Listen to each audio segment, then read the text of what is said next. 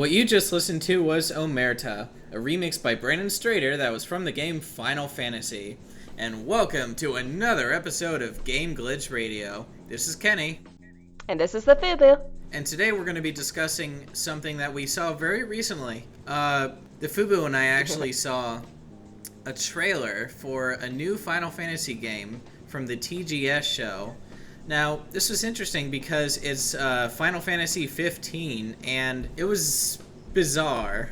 I think that's the best word that I can use to describe that. What would you say? I'm gonna have to say it's bland. I'm sorry. I've looked at this trailer so many times. Yes, it looks pretty, but it doesn't have any feeling to it, you know? Yeah. But to give you guys a disclaimer first, this is a first impressions discussion based on just seeing the trailer alone. So both of us don't really know much about Final Fantasy 15, so please don't burn us alive if we get any facts wrong. Please and thank you. Yeah, I kind of like to keep my skin. They need me to do the art. That's the only reason why I'm here. I mean, exactly. So if you burn our artists, then we won't have any more CCS content for you. Thanks a lot, guys. Yeah, jackasses. Yeah, so Final Fantasy 15 has some really jarring concepts. I think I'll say it like that, because really there's no other way for me to describe the feeling of seeing sports cars and grills like in a Final Fantasy trailer. It was just really jarring. Are we on our planet? Are we on an alternate Earth? Are we on a what's I don't know, that's kind of hard to say now. I mean, looking at these trailers. I mean, now it just looks like just four guys off on a road trip and just, I don't know, pulling over just to fight monsters and stuff like that. Kind of looks like Bro Dude the movie. Yes, exactly. Oh, God. Well, first a few thoughts here, and I'm going to go along with my streak of hopeful optimism here despite what happened last time. Sonic Boom! Sonic Boom! Sonic! I think these changes are actually a good sign from Square, because in the past, whenever Final Fantasy games have really made huge changes to their story and world, I think we've seen like the best installments come out in the series, honestly. Oh, yeah. Just to give you guys some examples of what I'm talking about, Final Fantasy VIII kind of suffers a lot from trying to take too much from its predecessor, Final Fantasy VII, so it was sort of a failure, just in the sense that it didn't try anything new, and it was really, really stale, because it had a lot of the same elements from Final Fantasy VII, so it kind of rested on the laurels of its predecessor without really trying anything. It felt like 8 was trying too hard to be like 7, and it just failed miserably. I mean, with Cloud, he did have his adorable little moments where he wasn't like all scruffy, sad and depressed all the time, Cloud and adorable are probably not the same words that I would imagine in a sentence together. No, I'm sorry, but Cloud does have his little moments. You're sort of like, oh, okay, I can't take him seriously. This is too cute. And yeah, like and then when he walked in that one place with the dress on. Yeah, when he had to dress up like a girl. And get that, it's up to the player to make him the most prettiest girl possible so that the guy can pick him. Oh my. Which I did. It was so much fun. And then you got Squall. Oh, yeah. I'm done. He's sort of an example of Square, kind of getting the wrong message from why people liked Cloud. Like, Cloud had his angsty moments, I'm sure, but again, like you said, he had dimension to him.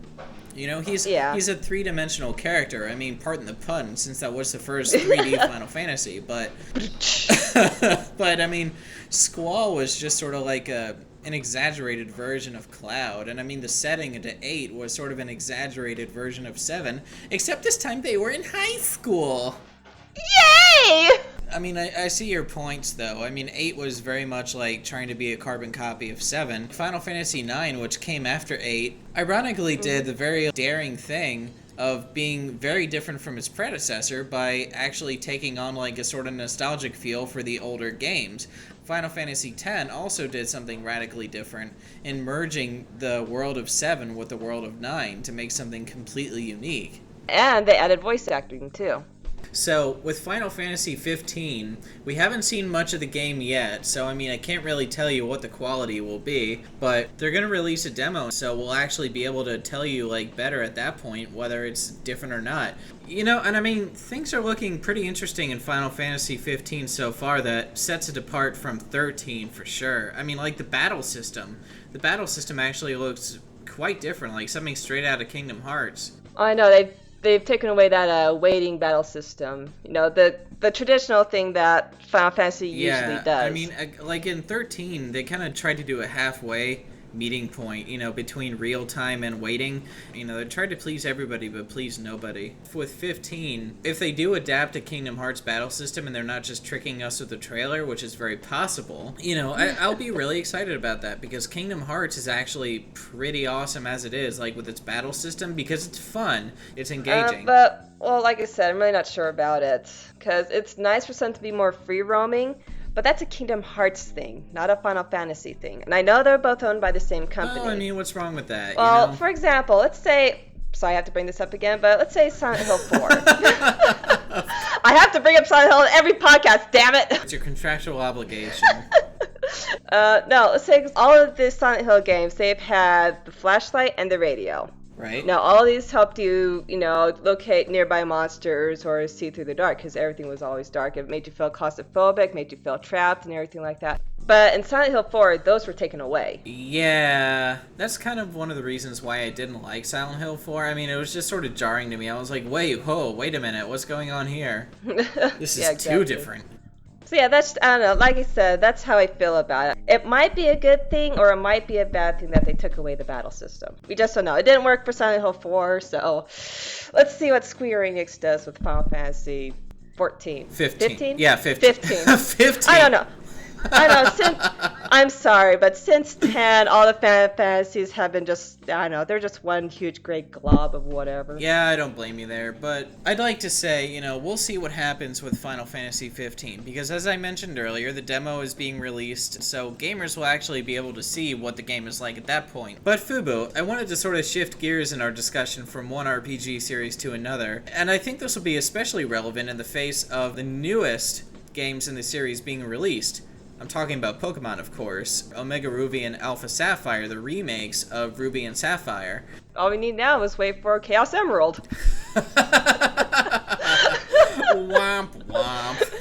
Sorry, internet joke, had to be done. Making the jump from 2D to 3D, from Black and White to X and Y and Alpha Sapphire and Omega Ruby, you know, the Pokemon series has also actually done something else really interesting in making a new type of evolution called the Mega Evolution. What this does is it takes Pokemon from all the previous generations and this new one, and with this special item that you can get throughout the game, you can actually Mega Evolve a certain Pokemon into its Mega form, like Mega Gengar, Mega Alakazam, and make them super powerful. This kind of struck me as really weird because it kind of reminded me of Digimon in a way. Yeah, Digimon. Yeah. No, Digivolve into Ultimate. Exactly. These aren't permanent evolutions, you know, they're sort of temporary, and so, I don't know, it breaks from the Pokemon formula, you know, it's really weird. Yeah, well, same here. The first Pokemon game I have ever played was Pokemon X and Y. Gasp. Yeah, I know. Well, I've been a huge fan of the series, even though I've never really got around to playing the game, because Mom and Dad had to raise 6 kids. Where the hell were they going to get the money to buy handheld consoles for everybody? So, you know, Mom and Dad did what they could, bless their hearts. They bought us stocking stuffers, stuffed toys, keychains, stuff like that, and we watched the anime. Then over the years, at first it was like, oh, okay, we got some new Pokemon, sweet. And then the list just kept going and going and going and going and... Yep, and soon we started getting, like, baby forms and then, like, evolutions of creatures that were just, like, one form. So you had Licky and Tangrowth. Mime Jr. Oh, let's forget that one existed. Then Mega Evolutions came along and sort of, like, threw all that out the window. It's like, alright, you want a new game mechanic? Here you go. Now you can digivolve your Pokemon. Sweet. Interesting concept, but... it's weird. I mean, how did you find them? Because you actually played X and Y. Like, what do they do for the gameplay exactly? Well, with the gameplay itself, it just increases their stats a bit more. to make them more powerful. The Fubu, don't they also like change types as they mega evolve as well? Yeah, yes they do. I mean, you got Mewtwo, for example. He's a psychic type. Equipped him with an X stone, he becomes the fighting psychic type. But wow. with the Y stone, he still remains psychic, but his special abilities actually increases dramatically. Oh, okay. So I guess there's sort of that trade-off then. Here's the thing that bothers me, though. I feel that as much as I love Mewtwo, as much as he's my favorite legendary, I feel that Mega Evolutions should not belong to legendaries because they're powerful enough as it is. It's like saying, okay, God, I got this stone here that'll make you like 1 trillion times more powerful. Have fun. Why would you do that? Oh, well, I do agree with you there. The legendaries shouldn't really have mega forms. I mean, it does make the dynamics more fascinating in Omega Ruby and Alpha Sapphire with Groudon and Kyogre, and to a smaller extent Rayquaza, because of the fact that you have these original legendaries and these original Ruby and Sapphire games, so everyone's already familiar with those three. So, yeah, okay, at the end of the game you capture Groudon and Kyogre. Oh, that's so boring. But I guess with the Mega Evolutions or the Primal forms being available for them, that kind of changes up the endgame a little bit, which makes it more interesting for new players and old alike. Well, yeah, that too. But the thing is that when you do a remake, they basically changed up the story, though. They're tampering with the history of those who are already familiar with it. The thing was that Mega Evolution was supposed to be something special to the Kalos region. Yeah? Yeah, because that's where the Mega Stones were first found out about. And when you play X and Y, they're still trying to figure out exactly what these stones do and what Pokemon they work for. But with Ruby and Sapphire, it's like going back in time saying, oh, we already knew about this. I kind of see what you mean there. That's what I'm getting at there. You do have a very good point. You know, I think it would have made a lot more sense then to probably make sequels to Ruby and Sapphire with, like, elements from the Kalos region if you were going to do that. Yes. But you know what? Mega Evolutions have also rapidly changed the dynamic in another way in which, you know, they've sort of infiltrated the metagame, and the metagame is ceremoniously rejecting them one by one. Really? You know, yes. I wonder why. Yeah, I mean, like, I looked up recently on the internet, you know, Smogon, which is, like, one of the authorities of the Pokemon metagame. And despite my opinion on tiers, which I have shared on Twitter, spoilers, I don't like them, Smogon actually started, like, banning Mega Evolutions right off the bat. And I think the list of ones that the list of ones they banned so far are Mega Alakazam, Mega Mawile, I never know how to say that one's name, Mega Kangaskhan, Mega Lucario, Blaziken, Mega Blaziken. Combustican? Yes.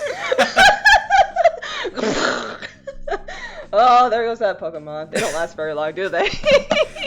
Well, Combustican's the name of a real Pokemon. But Mega Blaziken.